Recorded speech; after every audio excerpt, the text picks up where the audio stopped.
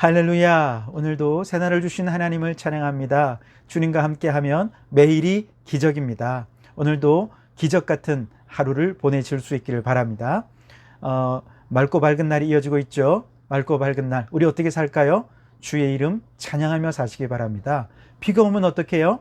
주님을 위해 살겠다 결단하시기 바랍니다. 눈 오는 날은요, 모든 환경과 여건을 뛰어넘어 매일 주님 사랑 따라 말씀대로 살아가는 우리 성도들이 되실 수 있길 바랍니다. 그런 의미에서 오늘 맑고 밝은 날 함께 찬양하며 하루의 문을 열어가겠습니다. 함께 찬양합니다. 맑고 밝은 날 나는 주 이름 찬양하겠네. 맑고 밝은 날 나는 주를 위해 살리. 맑고 밝은 날 내 생활 새로워지니 매일 주님 사랑 따라 말씀대로 살리라. 비 오는 날도 나는 주 이름 찬양하겠네. 비 오는 날도 나는 주를 위해 살리. 비 오는 날도 내 생활 새로워지니 매일 주님 사랑 따라 말씀대로 살리라. 아멘. 그렇게 날마다 주님을 찬송하며 살아가는 여러분 되시기 바랍니다. 자, 오늘 우리에게 주시는 하나님 말씀은 고린도전서 16장 13절 14절 2절 말씀만 보겠습니다. 제가 봉독해 드립니다. 깨어 믿음에 굳게 서서 남자답게 강건하라. 너희 모든 일을 사랑으로 행하라. 아멘. 고린도 교회는 지금까지 여러분 함께 공부해 보셔서 아시겠습니다만 썩 건강한 교회는 아니죠. 성도들 간에 마음이 나뉘어서 당파도 나누어지기도 했고요. 세상의 법정에 서로 고소고발하는 일도 있었어요. 분명히 음행을 범하는 교인이 교회에 있는 걸 알면서도 교회가 아무런 대책도 세우지 않았습니다. 예수님의 살과 피로 하나가 되어야 할 성만찬은 배려심의 부족으로 갈등과 분열의 원인이 되고 있었고요. 우상 제사에 바쳐진 음식을 먹는 것 때문에 실족하고 상처 입는 성도들도 있었습니다. 은사를 자랑하되 배타적인 방식으로 은사를 자랑하기도 했고요. 그 결과 교회는 영적인 어린아이의 수준 미달의 교회가 되어버렸고 교회는 병든 교회가 되어버리고 말았지요. 이렇게 병든 교회에 대한 처방으로 바울이 처방한 것은 바로 사랑이었습니다. 지식은 교만하게 하지만 사랑은 덕을 세웁니다. 만일 나의 자유가 다른 형제를 실족하게 한다면 그 자유를 포기할 줄 아는 그런 사랑, 그것이 교회를 다시금 회복시킬 수 있다라고 바울은 권면했습니다. 사랑이 없는 모든 것은 헛된 것임을 선언하면서 바로 사랑이야말로 제일이다. 그러니 사랑을 추구하라. 그렇게 권면했습니다. 이렇게 사랑에 대해 계속 강조한 이후 이제 이 서신을 마무리하면서 바울은 오늘 본문에서 다시 한 번 더 사랑에 대해 권면을 합니다. 14절에 보시면 너희 모든 일을 사랑으로 행하라. 아멘. 사랑으로 행하라. 그런데 여러분, 사랑에도 여러 종류의 사랑이 있지 않습니까? 부모님의 자식에 대한 사랑이 있겠고, 친구들 간의 우정도 사랑이죠. 연인들 간의 사랑도 사랑일 것입니다. 바울이 고린도 교회의 문제를 해결하는 처방으로 말하는 사랑은 도대체 어떤 사랑을 얘기하는 걸까? 그것은 한마디로 십자가의 사랑이다. 이렇게 얘기할 수 있겠습니다. 지금까지 고린도전서를 함께 읽어오면서 아마 여러분들이 유심히 묵상하고 관찰하신 분이라면 아마 눈치채셨겠지만 바울은 고린도전서 1장부터 마지막 장까지 사랑에 대해 언급하지 않은 장이 한 군데도 없습니다. 바울은 고린도전서를 시작하는 서론 부분에서부터 십자가를 선포하면서 서신을 써내려가요.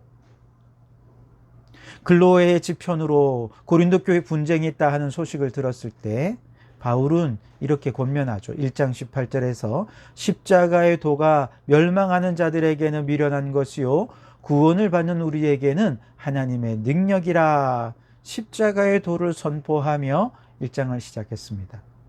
고린도전서 2장에도 내가 너희 중에서 예수 그리스도와 그의 십자가에 못 박히신 것 외에는 아무것도 알지 아니하기로 작정하였습니다. 그렇게 얘기하면서 십자가를 자랑했고 그는 십자가에 피 묻은 복음을 선포했습니다. 이것은 이후에 나오는 모든 사랑 이야기가 십자가에 근거한 사랑이라는 것을 미리 전제한 것이라고 얘기할 수 있습니다. 바울은 고린도 교회의 분쟁과 갈등의 문제를 해결하고 교회의 건강성을 회복하는 해법을 처음부터 십자가의 사랑 여기에 첨착하면서 바로 이것에서부터 모든 문제를 풀어가고 있는 것을 보게 됩니다. 이후에 나오는 내용들을 간략하게 한번 제가 정리해 드릴 테니까 한번 생각해 보세요. 처음에 고린도 교회에서 복음을 전할 때 그는 어떻게 전했느냐. 세상에 돌아온 것과 만물의 찌꺼기 같이 취급당할 정도로 복음을 위해서 그는 십자가의 사랑으로 희생한 결과 복음으로 낳은 자식이 바로 고린도 교회 성도들이었다는 것이죠. 그러니 고린도 교회 성도들은 십자가의 사랑을 먹고서 태어났고 자라온 것이죠. 바울은 이 얘기를 하면서 너희는 나를 본받는 자가 되라 그렇게 얘기했어요. 십자가의 사랑을 본받는다면 고린도 교회 문제 얼마든지 해결할 수 있다는 얘기죠.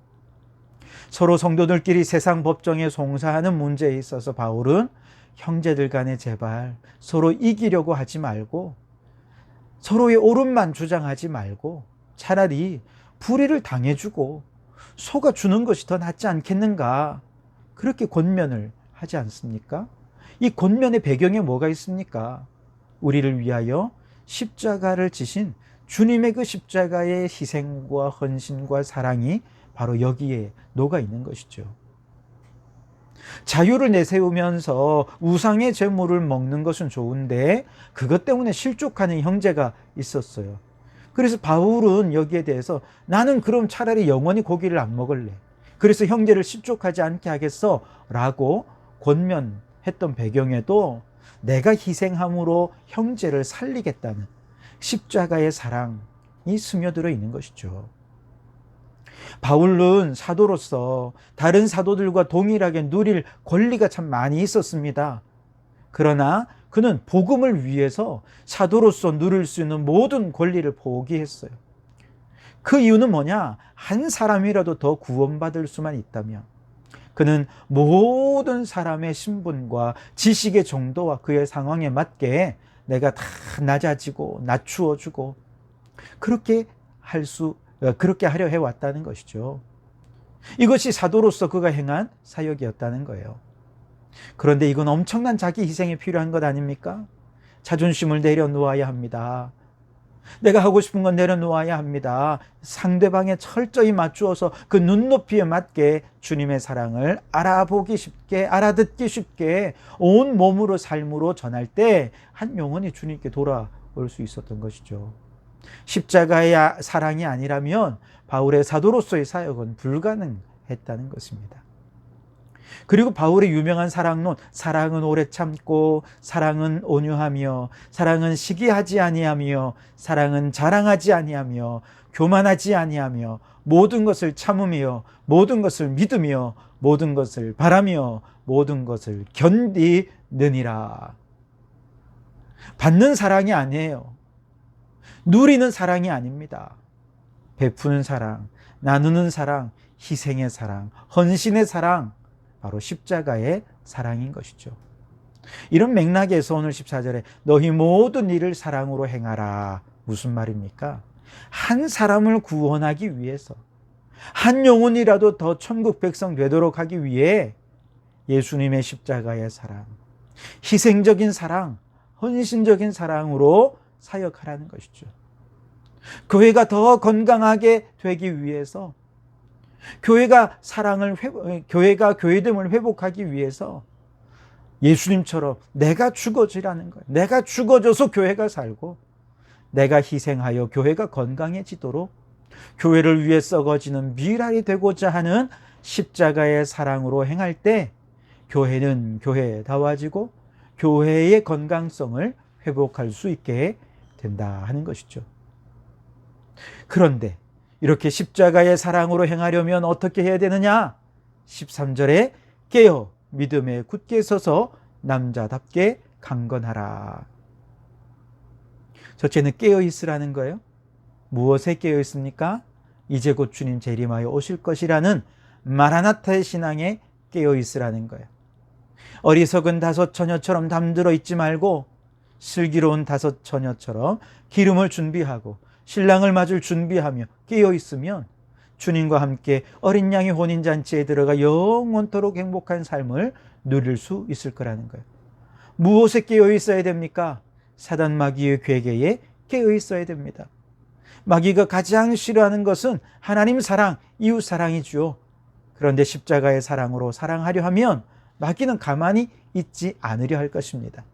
우리가 사랑을 하려 하면 할수록 미움의 마음을 더 깊이 새겨줄 것입니다. 십자가로 희생하려고 하면 꼭 그것을 알아주지 않는 것 때문에 섭섭한 마음을 갖게 하는 것이 마귀가 하는 일입니다. 이런 마귀의 괴계에 우리는 깨어 있어야 됩니다. 미리 알고 대비하고 있으면 그런 일들이 내게 닥칠 때 아하, 이게 마귀가 내게 공격해오는 거구나 알고 막아내고 피할 수 있고 얼마든지 이겨낼 수 있다는 것이죠. 이렇게 사단 마귀의 계획에 깨어 있는 사람들만이 영적 전쟁에서 승리할 수 있게 되는 것이죠. 자, 이처럼 주님 오실 날을 깨어 준비하고 깨어서 영적 전쟁을 수행하면 그 다음에 할 일이 생기는데요. 믿음에 굳게 서서 남자답게 강건하라 그랬어요. 믿음에 굳게 서라는 거예요. 이것은 하나님의 말씀의 원칙을 분명히 하라는 거예요. 왜냐하면 마귀는 때로는 광명한 천사처럼 우리를 미혹하거든요. 그래서 때로는 이게 무엇이 선인지 무엇이 악인지 무엇이 하나님의 뜻인지 그렇지 않은지 분별하기 어렵게 만들어요. 그래서 하나님의 뜻도 아닌데 하나님의 뜻인 것처럼 그렇게 정말 밀어붙이기 시작하면 감당하기가 어렵죠. 그럴 때 하나님의 말씀이 원칙이 되어서 말씀을 믿는 믿음이 굳게 서 있으면 어떻게 됩니까? 말씀의 기준에서 선이면 선인 것이고 악이면 악인 것이죠. 말씀의 기준에서 하나님의 뜻이면 얼마든지 분별할 수 있고 그 뜻대로 살아갈 수 있게 되지 않겠습니까? 믿음에 굳게 서십시오. 말씀의 기준으로 살아가십시오. 그리고 남자답게 강건하라 그러셨죠? 담대하라. 용기를 잃지 말라는 거예요. 왜냐하면 마귀는 때로는 우는 사자같이 우리를 위협하고 두렵게 하고 낙심하고 근심하게 하기 때문에 그랬어요. 이게 마귀의 공격이라는 것이죠. 사실 우리가 두려워하며 낙심하는 대부분은 사실은 아직 일어나지도 않은 일이고 또 얼마든지 하나님의 편에서 생각을 달리하면 아무 문제 아닐 수 있거든요. 마귀는 근데 그것을 침소봉대합니다. 과장합니다. 두렵게 합니다. 낙심하게 만들고 이제 끝났다고 생각하며 포기하게 만들죠. 그러나 남자답게 강건하라. 담대하여 용기를 잃지 말라는 거예요. 그러면 마귀의 위협 얼마든지 이길 수 있다는 것입니다. 예수님께서도 요한복음 14장 1절에서 제자들에게 너희는 근심하지 말라. 하나님을 믿으니 또 나를 믿으라. 제자들을 격려하시지 않으셨습니까? 요한복음 16장 33절에 세상에서는 너희가 환난을 당하나 담대하라. 내가 세상을 이기었노라. 남자답게 강건하여 용기를 잃지 말라라고 하는 주님의 교훈과 같은 맥락인 것입니다. 여러분 이렇게 믿음에 굳게 서서 즉 말씀 위에 굳게 서서 남자답게 강건해서 용기를 잃지 않을 수만 있다면 마귀가 때로는 광명한 천사처럼 때로는 우는 사자처럼 우리를 삼키려고 달려온다 할지라도 그 모든 마귀의 괴계를 물리치고 이 영적 전쟁에서 승리하여서 하나님께서 주시는 큰 복을 누릴 수 있게 될 것입니다. 그리고 교회는 건강하게 되고 성숙한 모습으로 성장할 수 있게 될 것입니다.